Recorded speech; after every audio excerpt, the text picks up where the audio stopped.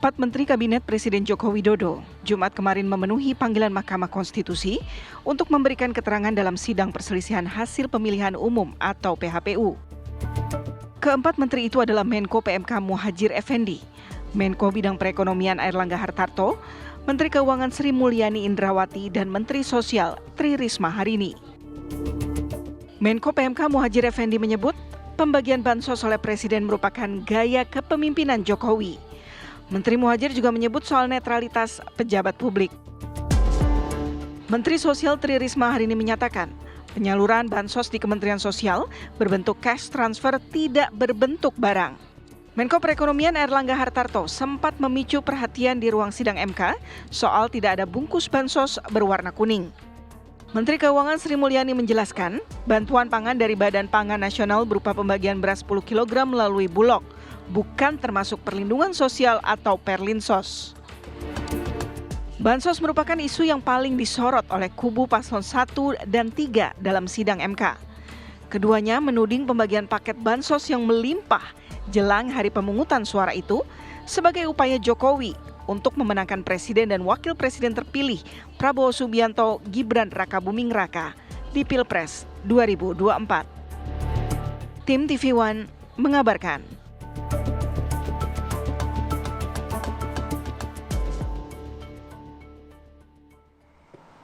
Memang bansos ini menjadi sorotan dari kubu 01 dan juga 03 sehingga Majelis Hakim ini akhirnya mengundang dari 4 Menteri Kabinet Presiden Joko Widodo untuk hadir memberikan keterangan pada Jumat kemarin terkait bagaimana bansos sebenarnya. Betul, dan kalau saya mungkin mengutip ya, mungkin ada sebuah link berita begitu, ini di portalnya www.mkri.id, artinya ini portal resmi dari Mahkamah Konstitusi Republik Indonesia. Ini pemberitaannya kurang lebih bunyinya seperti ini, Rati. 4 menteri kompak sebut penyaluran bansos tak terkait pemilu 2024. Nah, sudah clear berarti ya.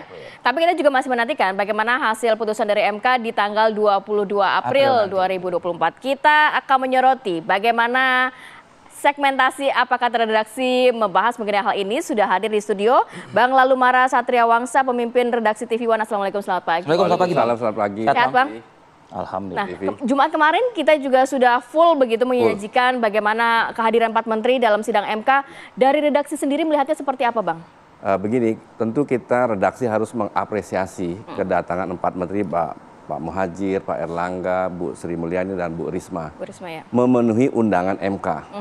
Tentu kita harus apresiasi dengan demikian, duduk soalnya kan jelas. Dengan penjelasan keempat menteri itu kan jelas duduk soalnya, apa yang dituduhkan, diminta penjelasan lebih resmi kepada pemerintah kan jelas dijelaskan soal bansos. Ternyata yang soal 400 triliun lebih itu kan ada komponen-komponennya banyak. Bansos itu hanya 79 triliun. Ya selebihnya kan perlindungan sosial, ada subsidi BBM, listrik, dan pendidikan, dan lain-lain.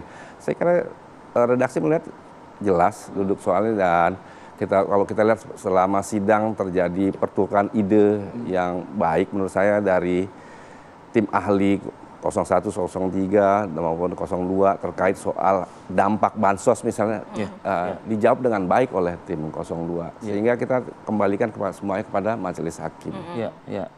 Itu. Artinya redaksi juga melihatnya dengan kehadiran atau paparan penjelasan dari saksi baik itu ahli begitu ya, dan juga fakta yang dihadirkan di persidangan kemarin ini begitu. Ini cukup clear menjawab bahwa bansos ini sekali lagi tidak ada kaitannya dengan pemilihan presiden 2024. Ada juga menggunakan survei juga kalau nggak salah. Dengan data pun dijelaskan bahwa hanya 0,27 kan, berarti sangat kecil gitu dampaknya. Jadi baik diungkap di sini di persidangan dan dijawab juga dengan baik oleh tim 02 sehingga kita duduk soalnya kan jelas gitu, dan publik bisa melihat dengan baik. Artinya begini, Bang, kalau misalnya kan kita mundur ya, kita setback lagi ke penjelasan atau pemaparan ahli maupun juga saksi fakta yang dihadirkan 1 dan juga paslon 3 ya memang tidak mengarah kepada kitohnya majelis betul, bukan Konstitusi. soal hasil itu, bukan soal hasil, tapi lebih kepada proses dan lebih, kalau menurut redaksi lah, lebih mengangkat pada suara-suara dari media sosial yang dipertanyakan. Jadi apapun itu kita harus terima, dan perdebatannya juga seru, ada entertainnya juga dengan hadirnya Hotman Paris Hutama ya. Hotman. Jadi ya kita lihat bahwa ada pertukaran ide, ilmu pengetahuan di bidang hukum yang kita banyak dapat pengetahuan dari sidang. Meskipun ada gimmick-gimmick ya. Ada gimmick. Sampai walk out juga ya. Betul. Tapi selama persidangan yang sudah diselenggarakan ini Bang, sampai terakhir kemarin Jumat kemarin ya ini kan sudah terakhir hanya MK memutuskan nanti akan seperti apa. Adakah catatan khusus dari redaksi sendiri? Redaksi melihat bahwa tinggal satu kali lagi kan pemanggilan. Apakah MK akan memanggil Pak Kapolri yang sebelumnya sudah dijawab oleh Kapolri bahwa sebagai warga negara yang baik akan siap hadir. Tapi lihat dari pemberitaannya hadir nggak sih Bang? MK tidak akan memanggil karena sepertinya tidak akan memanggil karena sudah akan melakukan RPH ya. Iya, karena begini Bang Mara, kan bicara soal demokrasi atau pemilu 2024 tidak hanya juga redaksi kita melihatnya ke pilpres semata. Iya. Tapi ada juga sengketa Pileknya masih panjang nih. Betul. Artinya kan durasi waktunya juga masih panjang. Masih juga akan terisi begitu. Anda sekali lagi melihat redaksi sekali lagi melihat di 22 April ini tentu akan ada putusan begitu? Pasti ada keputusan karena itu kan menyangkut kepastian hukum. Dan soal sengketa pilpres atau soal antar perbedaan partai politik saat ini nanti akan melebur jadi satu lagi, berbeda lagi pada saat pilkada. Mereka akan berubah lagi. Bisa jadi sekarang jadi lawan, sekarang besok bisa jadi teman. Sehingga itu redaksi bilang bahwa politik ya tergantung kepentingannya. Tidak ada perseruan yang abadi di politik. Bang, satu juga Bang yang ingin saya tanyakan ke redaksi ini. Banyak sekali pakar atau pengamat yang menilai pada saat 4 menteri hadir kemarin ini ada mungkin pertanyaan-pertanyaan yang diajukan oleh majelis hakim kepada para menteri-menteri ini yang sifatnya itu adalah masuk ke ranah politik gitu ya. Padahal kan ini kan lembaga yudikatif, tapi memang mereka yang hadir menteri ini adalah politik kan begitu. Karena gimana mungkin redaksi melihat adanya? Redaksi melihat bahwa baik yang ditanyakan mau dijawab dengan baik. Baik Bu Sri Mulyani juga menjelaskan dengan baik soal data, Bu Mensos, Pak Erlangga, apalagi Pak Erlangga juga menambahkan tidak ada bansos yang berwarna kuning kan. Itu kan promosi juga itu kan. Jadi ya menurut redaksi baik. Banyak hal yang kita petik dari sidang ini bahwa baik dari pengetahuan soal hukum dan yang lain-lain. Tapi yang pasti adalah jelas duduk soalnya bahwa 467 triliun itu bukan bansos. Betul. Bansos itu 79, yang lainnya perlindungan sosial dan sebagian besar daripada publik daripada pendukung 01, 03, 02 ini juga akan menikmati parlinsos kan. Betul. Dan juga 400 itu juga sudah dirumuskan, sudah diketok palu dengan DPR. Sebelum karena apa?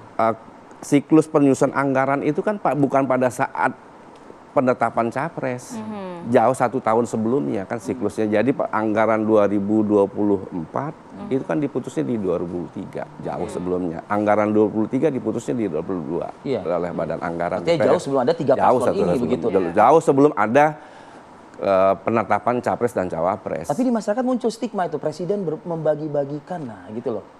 Presiden juga kan seperti yang dijelaskan oleh Bu Sri Mulyani kan punya dana operasi khusus. Dana operasi khusus. Dana operasi.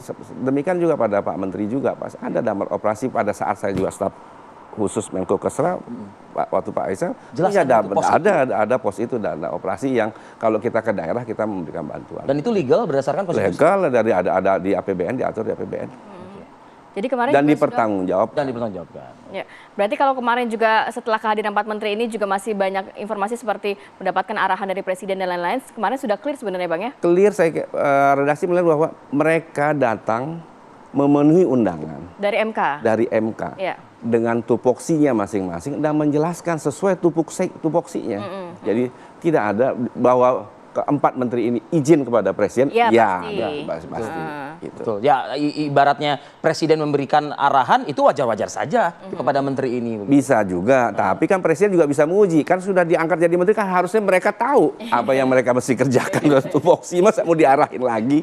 Dari redaksi sendiri mungkin apa yang diharapkan begitu kepada masyarakat yang nantinya setelah adanya putusan ini Bang?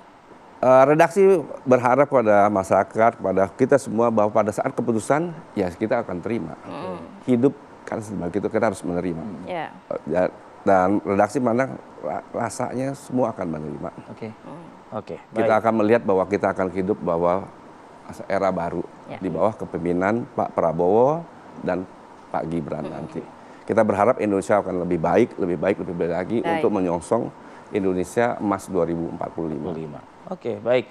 Terima kasih Bang Lalu Mara Satria Wangsa, pemimpin redaksi TV One, atas waktunya hadir Bang pada pagi hari ini. Dan ini kita kembali lagi nih ya, langsung mantau lagi nih ke beberapa mudik titik nih ya. Kembali lagi ke titik mudik ya. Saat lagi kita hadirkan, tetap bersama kami di Apa Kabar Indonesia Pagi.